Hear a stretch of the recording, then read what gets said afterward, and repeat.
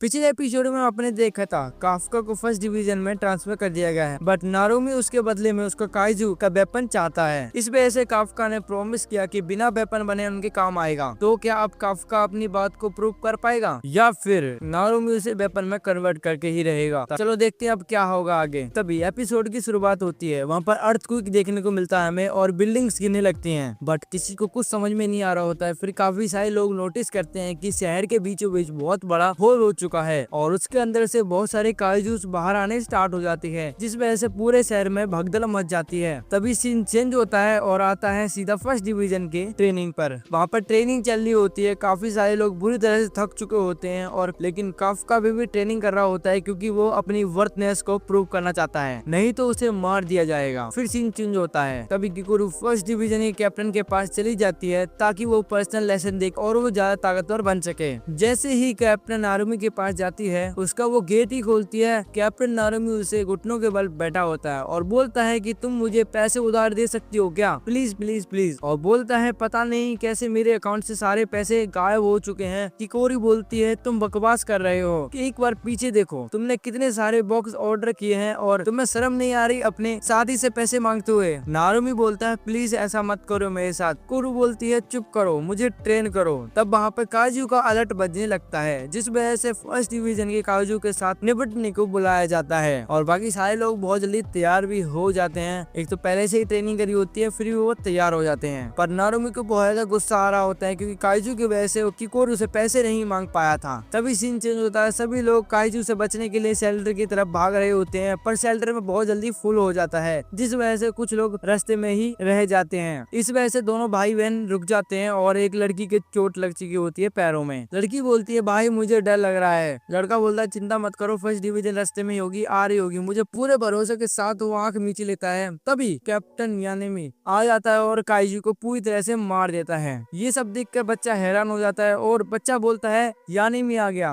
बदले में कैप्टन बोलता है ए बच्चे, तूने मेरा नाम के आगे कैप्टन नहीं लगाया, इस वजह से तुझे 10 बार इंटरनेट पे कैप्टन यानेमी को 10 बार लिखना पड़ेगा। तब कुछ सोल्जर्स आते हैं, उन बच्चों को अच्छी जगह सेफ्टी में तरफ ले जाते हैं और फर्स्ट डिवीजन के पेल्टन लीडर अपनी अपनी स्पॉट्स को लेकर अलग अलग जगह पर काइजूस को डिस्ट्रॉय करने चले जाते हैं। तभी कैप्टन सभी काइजूस को अपने हिसाब से मारने को कहता है। उन्हें ये भी बताया कि अगर कोई काइजूस बच जाता है तो उन्हें न्यूट्रलाइजेशन के लिए जोन में भेज दें, जहाँ पर किकुरु और काफ्का उन काइजू को मार सकें, ताकि कैप्टन ये देख सके कि दोनों में से कौन काबिल है।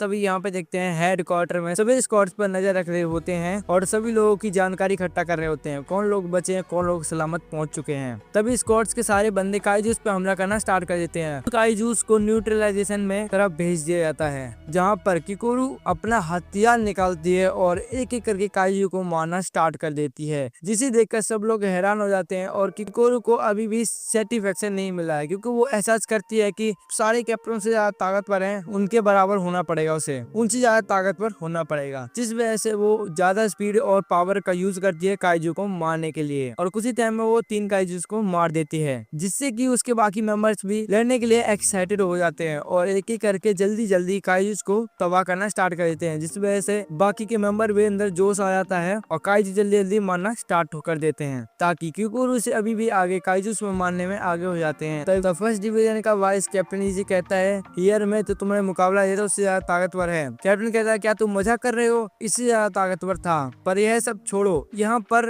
कुछ ठीक नहीं लग रहा। आंट काइजूस बहुत ही कम बाहर निकलते हैं, नहीं तो कभी कभार वो सिर्फ खुदाई करने में निकलते हैं, बहुत ही रेयरली। आखिर यहाँ सब चल क्या रहा है? काइजूस बहुत अजीब तरीके से बिहेव कर रहे हैं और इससे तो मुझे थर्ड डिवीजन का वेस याद आ गया है। शायद तुम ठीक कह रहे हो और लगता है कि कोई इन्हें काइजू को पीछे से ऑर्डर दे रहा है। तभी काफी सारे काइजूस काफ्का की टीम की तरफ बढ़ने लगते हैं, जिस वजह से काफ्का डर रहा होता है और यह हेड क्वार्टर में सभी लोग यह देखने के लिए काफी ज्यादा एक्साइटेड होते हैं कि काफ्का क्या करेगा। तब काफ्का का एक टीम लड़ने के लिए तैयार हो जाती है और काफ्का भी हिम्मत जुटाकर पारिसेल अपनी बॉडी को काइजू में कन्वर्ट करने के लिए सक्सेस हो जाता है और अंत काइजू को पर हमला करता है, पर उसका हमले से कोई इफेक्ट नहीं होता है और काइजू उल्टा उसको फेंक देता है दूर। काफ्का ये सोचता है आखिरकार मैं पूरी तरह से काइजू बन क्यों नहीं पा रहा। काफ्का बोलता है मुझे लगता है कि इनको पार्सल ट्रांसफॉर्मेशन से मार नहीं पाऊंगा, पर मुझे डर है कि पिछली बार की तरह मैं आउट ऑफ कंट्रोल नहीं हो जाऊं, जिसमें काफी सारे लोग मर गए थे और मैं नहीं चाहता ऐसा हो। पर इस टाइम में हेजिटेट नहीं कर सकता, मुझे आगे बढ़कर मीना के साथ खड़ा होना है। तब काफ्का ट्रांसफर होने का स्टार्ट करता है एंड काफ्का काफी बार ट्राई करता है, लेकिन अचानक वो ट्रांसफर फेल हो जाता है। वो पूरी तरह से काइजू नहीं बन पा रहा था। काफी काइजू ने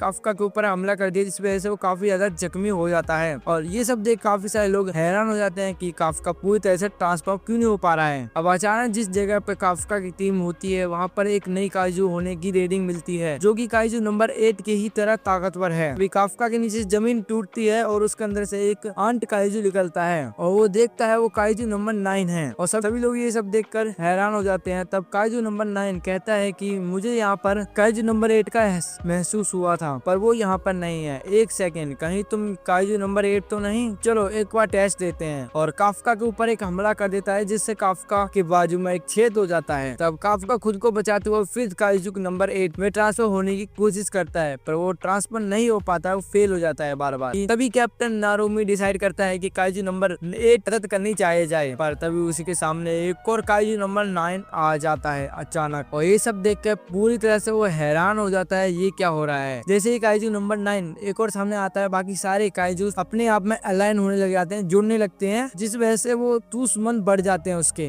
तभी कैप्टन कहता है काइजू नंबर 9 ने आके सारी लड़ाई का रुख बदल दिया, तो बोलता है ये है इसकी पावर। तभी यहाँ काफ्का की टीम काइजूस को ठिकाने लगाने लगती है, और जैसे ही पता चलता है कि काफ्का खतरे में है, तो काफ्का की टीम बचाने के लिए जाती है, पर काइजू नंबर 9 ने उनके ऊपर हमला कर दिया होता है, जिन्हें मार दिया होता है। काइजू नंबर 9 डिसाइड करते हैं कि काइजू नंबर 8 को मारकर उसकी पावर को हासिल कर लेंगे, जिस वजह से काफ्का के ऊपर हमला करता है। काफ्का बचने के लिए इधर उधर कूदने लगता है, जिससे उसकी छोटी छोटी पैरों में चोट लग जाती है। तभी आंट काइजू काफ्का पर हमला करके उसे दूर फेंक देती है, जिससे वो काफी ज्यादा जख्मी हो जाता है और बोलता है जो अटैक दिखते नहीं हो उनके साथ डील करना बहुत मुश्किल है। ये काइजू नंबर 9 तो सच में बहुत ही ज्यादा डेंजरस है, तो इसलिए मुझे किसी भी कीमत पे इसको हराना ही होगा। तब काफ्का का फिर से ट्रांसफर होना स्टार्ट कर देता है, तो वह फिर भी फेल हो जाता है, जिस वजह से उसे समझ नहीं आ रहा होता है कि आखिरकार वो ट्रांसफर क्यों नहीं हो पा रहा है। तब यह हेडक्वार्टर का टामी कहता है कि तुम काइजू नंबर 8 पर बचाने नहीं जाओगे। ये उसको बोल रहा होता है, कैप्टन को बड़ा बड़ा है। मुझे पता है कि ये तुम सोच रहे हो, पर काइजू नंबर 8 फिर से अपना आपा खो देगा और तुम्हें मारने के लिए जाएगा। पर याद रखो, जिस काइजू वेपन से तुम उनको मारोगे उससे तुम्हारी जान भी जा सकती है। अब तक आपने अभी ये यूज किया है। तब काइजू नंबर 9 काइजू नंबर 8 पर हमला करने के लिए तैयार हो जाता है। तब काइजू नंबर 9 काइजू नंबर 8 पर हमला करने के लिए तैयार हो जाता है, पर तभी किकोरू आकर उसको बीच में से फाड़ देती है, पर काइजू नंबर 9 फिर से जुड़ जाता है। अब काइजू नंबर 9 बोलता है तुम कौन हो? कोरू बोलती है मेरा नाम जान के कोई जरूरत नहीं, क्योंकि आज तुम मरने ही वाले हो। तब कोरू अपने सेट से पूरी पावर लगानी स्टार्ट कर देती है। यह दूसरा काइजू नंबर 9 भी काइजू नंबर 8 को मारने के लिए तैयार हो जाता है। काइजू नंबर 9 बोल माफ कर देना, पर अभी तुम काइजू नंबर 8 को मारने नहीं जा सकते, क्योंकि तुम्हारे सामने एक कैप्टन खड़ा है। तब काइजू नंबर 9 नारुमी पर हमला कर देता है, पर केंदू से बच जाता है बहुत फुर्ती से और उसके ऊपर हमला कर देता है। हेडक्वार्टर में सभी की लड़ाई को देख रहे थे और डायरेक्टर ईसाई सोचता है यह ट्रायल नेशन का है, तो तुम्हें खुद इसे चैलेंज को अब सक्रिय करना पड़ेगा। और गाइस यहीं से हमारा एपिसोड खत्म हो जाता है। आप देखते हैं क्या होता है नेक्स्ट एपिसोड में, क्या होता है। मिलते हैं नेक्स्ट एपिसोड में, तब तक के लिए बाय। सब्सक्राइब करना चैनल को। मिलता हूँ भाई, बाय।